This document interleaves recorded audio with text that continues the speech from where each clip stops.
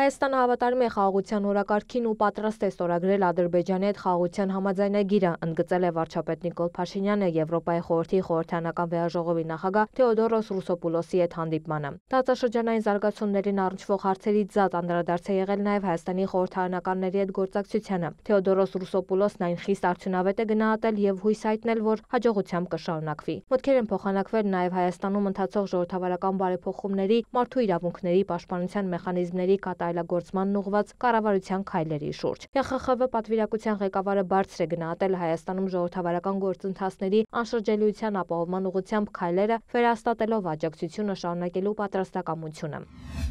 Հայաստանի արտաքին գործերի նախարար Արադ Միրզոյանը ԵԽԽՎ նախագահին է ներկայացրել Հայաստանի եւ Ադրբեջանի միջև հարաբերությունների կարգավորման գործընթացի վերջին զարգացումները, ընդգծելով, որ երկու երկրների միջև խաղաղության եւ միջպետական հարաբերությունների հաստատման մասին համաձայնագրի ստորագրումը կարևոր հանգրվան կլինի տարածաշրջանում խաղաղության հաստատման հարցում։ Ազգային ժողովի նախագահ Ալեն Սիմոնյանը Եվրոպայի խորհրդի խորհրդարանական վեաժողովի նախագահ Թեոդորոս Ռուսոպուլոսի հետ հանդիպմանը քննարկել է Հայաստան-Եվրամիություն հարաբերությունները, Հայաստանում ժողովրդավարական բարեփոխումներն ու տարածաշրջանային զարգացումները։ Սիմոնյանը ԵԽԽՎ նախագահի ուշադրությունն է հրավիրել Ադրբեջանում պահվող հայերի խնդրին։ Թեոդորոս Ռուսոպուլոսի գլխավորած պատվիրակության հետ հանդիպել են նաև ԵԽԽՎ-ում Հայաստանի պատվիրակության անդամները Ազգային ժողովի նախագահի տեղակալ Ռուբեն Ռուբինյանի գլխավորությամբ։